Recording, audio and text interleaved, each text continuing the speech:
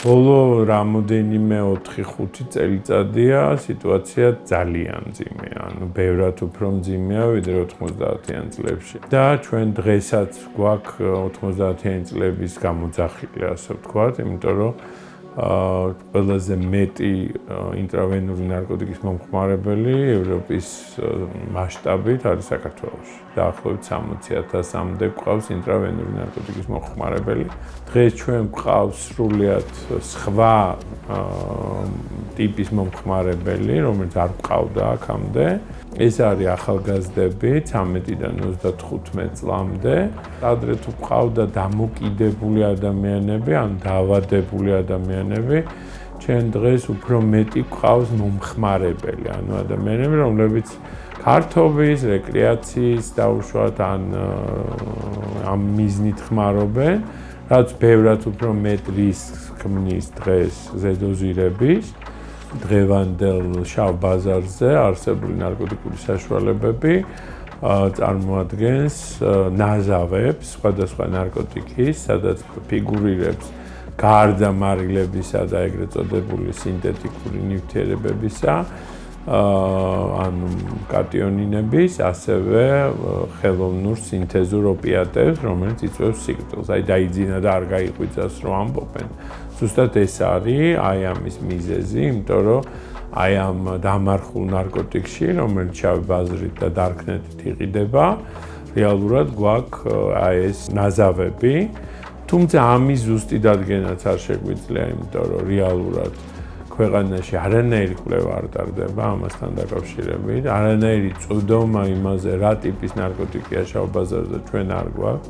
მიუხედავად იმისა, რომ შინაგან საქმეთა სამინისტროს არაჩვეულებრივი ლაბორატორია აქვს იმისთვის, რომ გამოიკვლიოს შავი ბაზარი და არაჩვეულებრივი სპეციალისტები მუშაობენ, ქიმიკოსები, ამას სრული პასუხისმგებლობით ვამბობ, რომლებსაც შეუძლიათ დღეს ჩვენ გვითხრან რა არის დღეს შავ ბაზარზე და რა ნივთიერებები ტრიალებს, თუმცა ჩვენ ეს ინფორმაცია რა თქმა უნდა დახურულია.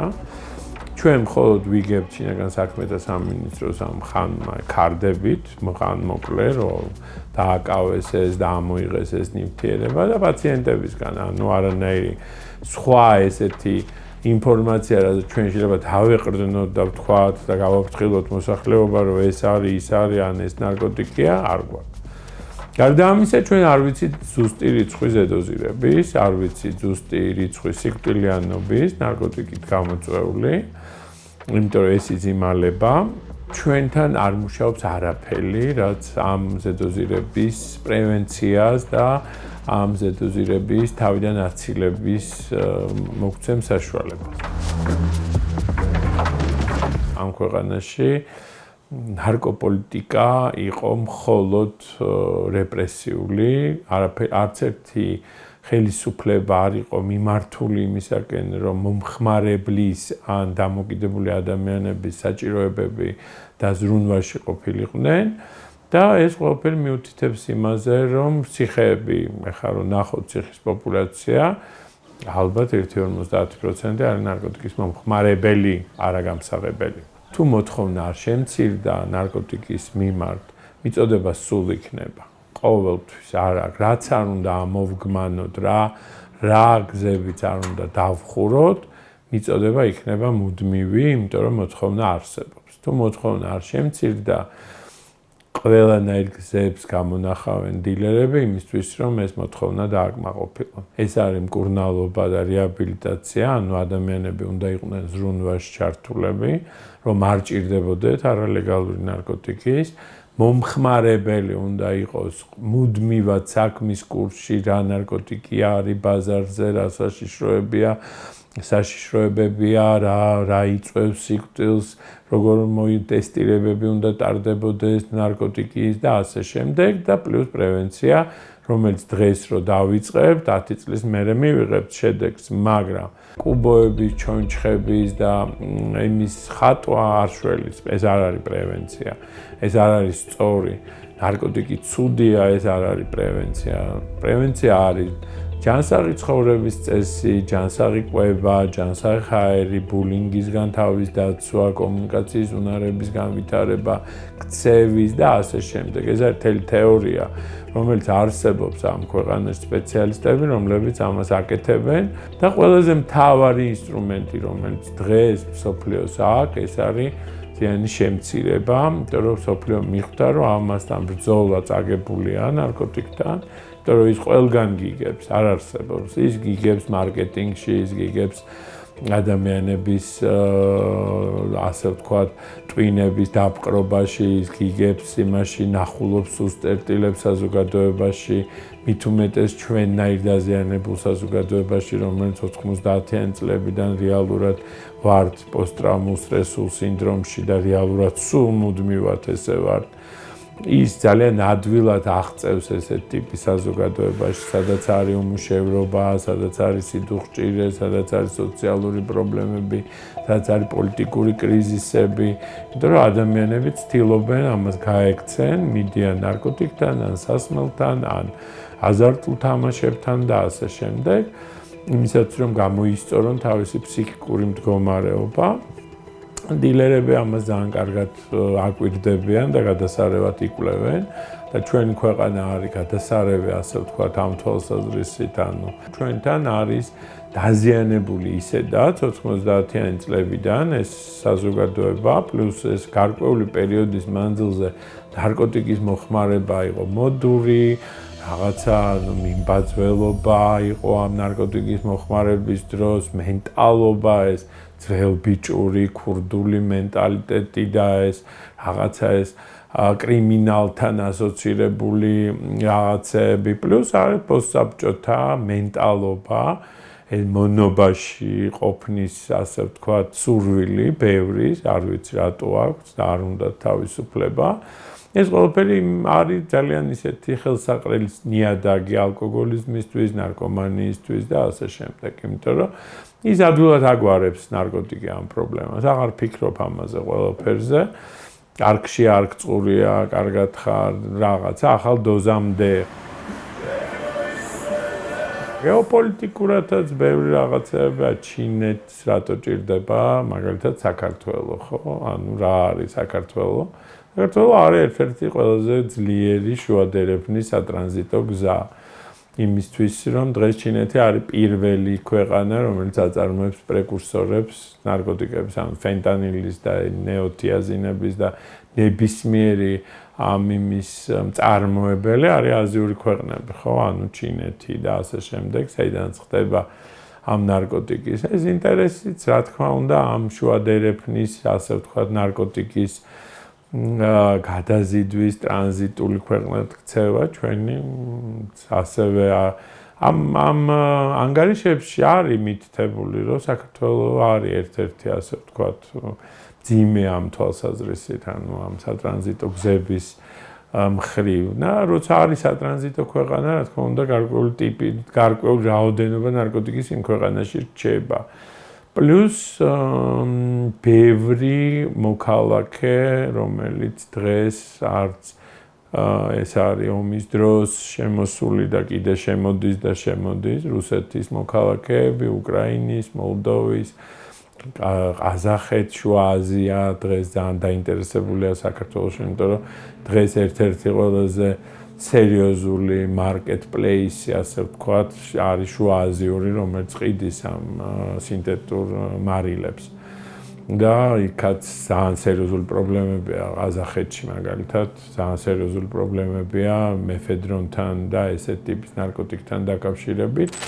რუსული მარკეტპლეისები მუშაობს აქ, ანუ ძირითადი, ასე ვთქვათ, ეს დარკნეტი არის რუსული და ყაზახური მარკეტპლეისები, რომელიც ყიდიან დღეს საქართველოს დარკნეტის ნარკოტიკს. ანუ ეს ნარკოტიკი პლუს ამის გარდა, ამდენი ნარკოტიკი გარედან არ შემოდის. ანუ აქ შემოდის პრეკურსორი, რომლის კონტროლი ფაქტიურად შეუძლებელია და აქ ადგილზე მზადდება ეს. ანუ აქ არის უკვე ბევრი კუსტარული ლაბორატორია, რომელიც ამზადებს აქ ადგილზე ნარკოტიკს და აქ მერე ხდება მისი გასაღები. ეხლა ეს რო არ ხდება ვიღაცის ფარველობის გარეშე, ამას რა თქმა უნდა ლაპარაკი ხო, ყოველთვის ხდებოდა ვიღაცის ფარველობით და ყოველთვის ხდება ეხლა ჩვენთან ყველა წარმოდამოკიდებული მიღწევი ადამიანი არის პოლიტიკური ინსტრუმენტი. დაგიჭერ თუ შენ მე ხმას არ მომცემ, გადაავლებ ამ 14 წლის მანძილზე, ხო, რა ხდებოდა, ხო, როგორც კი ახლოვდება არჩევნები, არ ბილებენ, დაჭერები ნაკლებია, ადამიანების ამ ტესტირებაზე გადაყვანა ნაკლებია, მე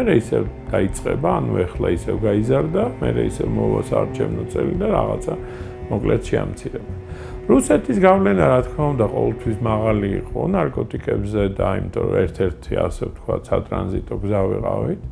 ეხლა უბრალოდ აქეთ კი არ მიდის ზევით პირიქით ქვევით ჩამოდის, ანუ რუსეთიდან შემოდის ძალიან დიდი რაოდენობით ნარკოტიკი და ისეთი ნარკოტიკი რომელიც ჩვენთვის არ იყო დამახასიათებელი. და რომ რამაც უფრო გაართულა ეს სიტუაცია, რაც დღეს არის პრობლემა რუსეთში, მაგალითად იგივე ეს მარილები, მეფედრონი, ალფა პვპ და ესეთი ტიპის ნარკოტიკები, რამაც პლუს ეს ნარკოტიკი ყველა არის დაბინძურებული, ანუ ამ ნარკოტიკში გარდა ასე ვთქვათ ნივთიერების, რომელსაც ყიდულობს და გონია რომ ამ ნივთიერებას ყიდულობს, ხო, ამ ნარკოტიკში არის, რა თქმა უნდა, სიკვდილის გამომწვევი მიზეზი არის ოპიატი, რომელიც ძალიან ადვილად კლავს მით უმეტეს მომხმარებელს, რომელსაც ტოლერანტობა ამ ნარკოტიკის მიმართ არ აქვს. ყველა ოჯახი ცდილობს, რომ აი მე ეს არ დამემართება და ჩემს შვილს ეს არ ჭერს. არიან ადამიანები, რომლებიც 40-50 წელი არიან დამოკიდებულები და მშობლები ბოლოსკენ იგებენ რაღაცა კატასტროფა რომ მოხდება, ან გარდაიცვლებაზე დოზირებით, დაუშვათ, ან რაიმე მძიმე დაავადება დაემართება და ეს როგორ დამემართა. დაემართა, იმიტომ რომ ძალიან ბევრი პრობლემა არის. ერთ-ერთი ყველაზე დღეს ქვეყანაში სერიოზული პრობლემა ეს არის ემიგრანტების შვილები, რომლებიც იზრდებიან მშობლების გარეშე.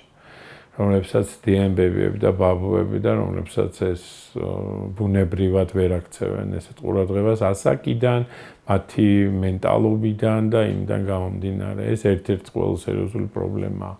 მეორე პრობლემა ის არის, რომ უმუშევრობა, მაგალითად დარკნეტი თავაზობს მუშაობას ამ ადამიანებს, ახლა ნახავთ სტენსილები, ახლა მუშაობა, ანუ 18 წლის ბიჭს რო თვეში $2000 მისცემ, ხო, დამარხავს ის წამალს, იმიტომ რომ მან არ იცის, ხო, რა შეიძლება იცის, მაგრამ შეგნებულად მიდის იმისათვის, რომ გარკვეული თანხა მოიპოვოს. პლუს ამის გარდა მე დარკნეტი მას ხდის დამოკიდებულს ამ ნარკოტიკზე და იქ რაღაცა აი ძალიან ისეთი მარკეტინგული სისტემა აქვს, ფანტასტიკურად აწყობილი და ძალიან კარგად ახდენენ რეკრუტირებას ადამიანების, რომლებიც ამ ნარკოტიკს მერე მარხავენ მიწაში და ასე შემდეგ.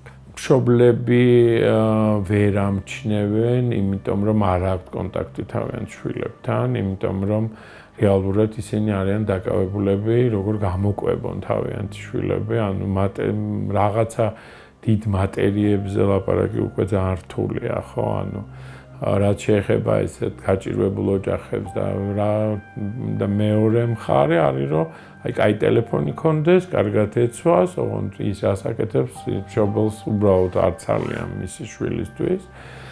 ანუ არ აქვს კონტაქტი თავიანთ შვილებთან, არ იციან რითი ცხოვრობენ მათი შვილები, რას აკეთებენ, ვისთან მეგობრობენ, სად სწავლობენ, რა უნდათ, რა ინტერესებთ, რა ფანტაზიები აქვთ და ნარკოტიკი ისეთი რამეა, რომ შენ თუ როცა გაკლია სითბო, სიყვარული, არ ხარ ბედნიერი, ხო, ნარკოტიკი ძალიან ადვილად მოდის.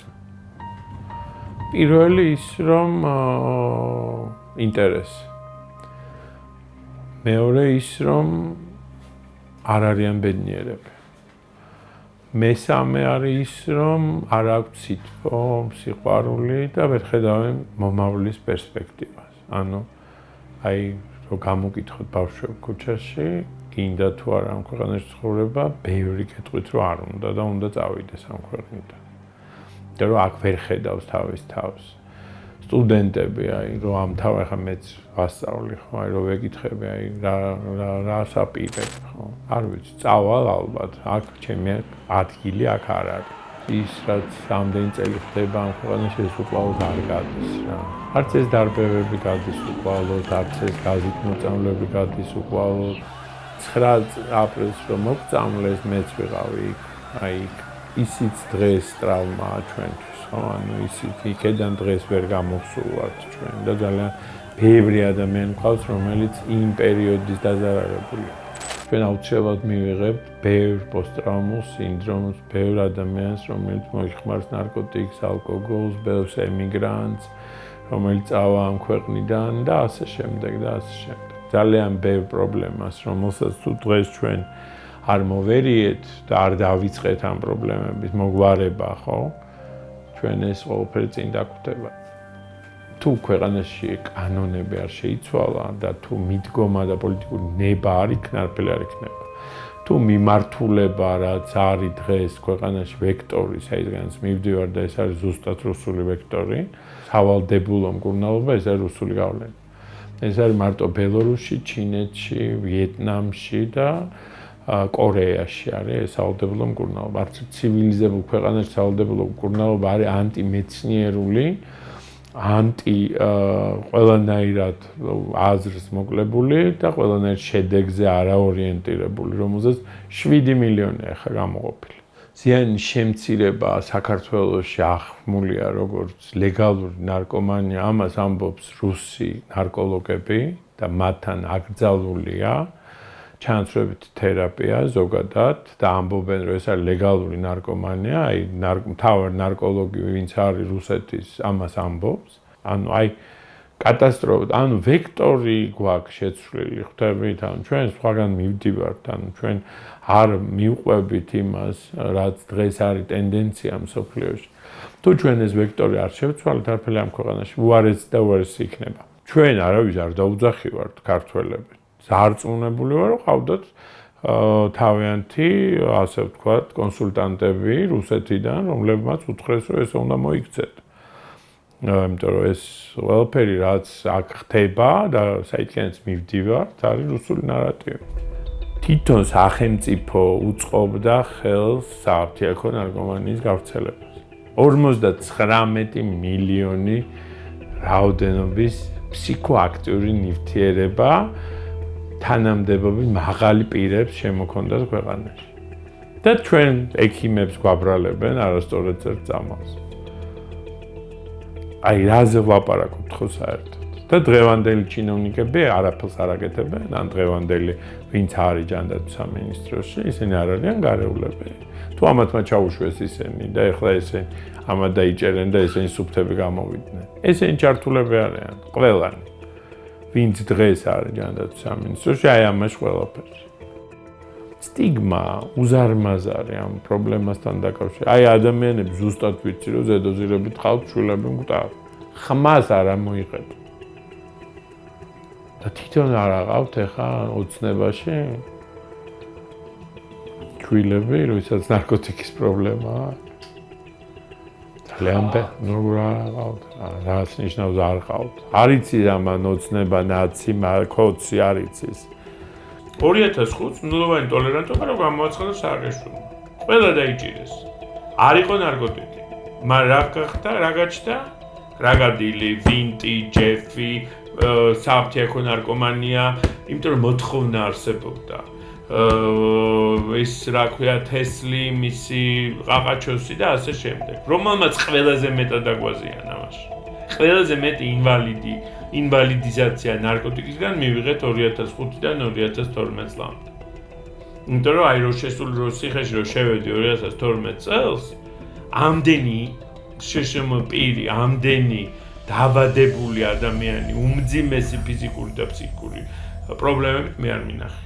ეს ქნა იმან რომ ნარკოპოლიტიკა იყო ესეთი. იმიტომ რომ მაშინ ებრძოდნენ, ასევე ებრძოდნენ მარტო იმას გამსაღებელს. და ამაში ყვებოდა მომხმარებელიც, რა თქმა უნდა, იმიტომ რომ რაღაცა მომენტში ის მომხმარებელი ჩადის დანაშაულს. ამიტომ შენ არ უნდა მიიღმანო დანაშაულამდე. ყველაფერი უნდა ქნა რომ იმან დანაშაული არ ჩაიდგინოს. უმძიმესი მდგომარეობა გვაქვს. უმძიმესი ესე მდგომარეობა არ ყოფილა 90-იან წლებში. დღეს გვაქვს კუსტარული უმძიმესი ნარკოტიკები, ყავს უამრავი ადამიანი ნარკოტიკის მომხმარებელი, ინიექციური, პლუს ჩთება ჩვენთან ნარკოტიკები, რომლებიც იწვევს სიკვდილს და არის უცნობი ნივთიერებები, ანუ ეს არის ოპიატების სინთეზური, რომელმაც შემოაღწია ჩვენამდე და პლუს ამის ყავს ძალიან ბევრი ადამიანი, რომელიც მოიხმარს აფთიაქო ნარკოტიკს. ძალიან ბევრი ადამიანი. კატასტროფული მდგომარეობა. ჩვენ ალბათ სადღაც ჯამში რო ავიღოთ, ეს არის 250,000-მდე დაზიანებული ადამიანი.